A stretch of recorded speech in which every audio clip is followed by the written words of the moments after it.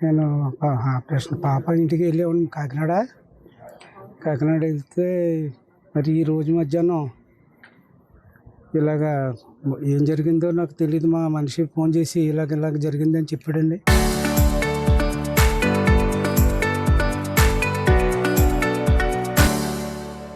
రేపు వద్దాం అనుకుంటున్నాం. ఈ లోపల ఇది జరగటంతో మా ఇంట్లో బీరువాలు అవి పగలగొట్టి, తలుపులు అవి పగలగొట్టి లోపలికి వచ్చి బీరువాలు అవి పగలగొట్టేశారండి.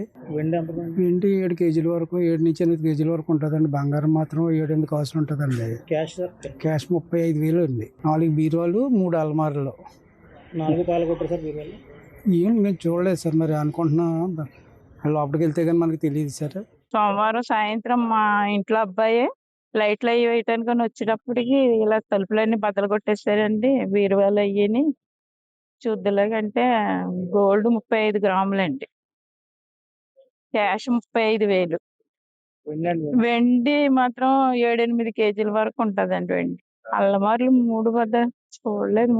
3 బీరువాలండి. అల్లమార్లు 2 బద్దలు అదే చూడలేదు. అల్లమార్లు ఉన్నాయండి, 3 బీరువాలు ఉన్నాయి. నేను సాయి గారి దగ్గర 15 సంవత్సరాల నుంచి పనిచేస్తున్నానండి. నేను ఉదయం ఆయన ఊరు వెళ్ళారండి. మొన్న శనివారం సాయంత్రం 4 గంటలకు ఊరు వెళ్ళారండి పాప దగ్గర కాకినాడ. అయితే నేను లైట్లు వేయడానికి నాకు గేట్ తాళం నా దగ్గర ఉంటుందండి. లైట్లు పొద్దుట సాయంత్రం ఆయన లేనప్పుడు వచ్చి వేస్తూ ఉంటానండి. అయితే నేను ఉదయం మార్నింగ్ వచ్చానండి 6:30కి. 6:30కి వచ్చినప్పుడు తాళాలు తీసి నేను అన్నీ చూశానండి. అన్నీ బాగానే ఉన్నాయి, తాళాలు వేసి ఉన్నాయండి అన్నీ ఉదయం. మళ్ళీ సాయంత్రం నేను 5:30కి వచ్చానండి. నేను 5:30కి వచ్చి లైట్లు వేద్దామని తాళం తీసుకుని లోపలికి వచ్చేటప్పటికి అన్నీ వెనకాలకి వెళ్ళానండి. వెనకాల లైట్ వేద్దామని అన్ని తలుపులు కూడా తీసేసి ఉన్నాయండి, లైట్లు వేసి ఉన్నాయండి లోపల.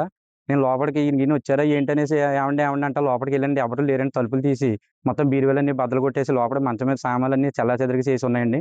వెంటనే నేను ఏమి ఉంచుకోకుండా నేను బయటకు వచ్చేసి వెంటనే సాయి గారికి, మా గురువు గారికి ఫోన్ చేసి ఇలా జరిగిందండి, దొంగతనం జరిగిందండి, మొత్తం బీరువాలన్నీ బద్దలు కొట్టేశారండి అని చెప్పానండి.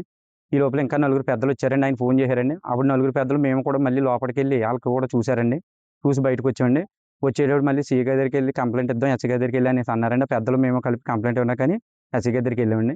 వెళ్ళే ముందు అక్కడ తలుపులు మాత్రం వెనకాల మెసేజ్ జారేసి మేమే జారేసి వెళ్ళామండి.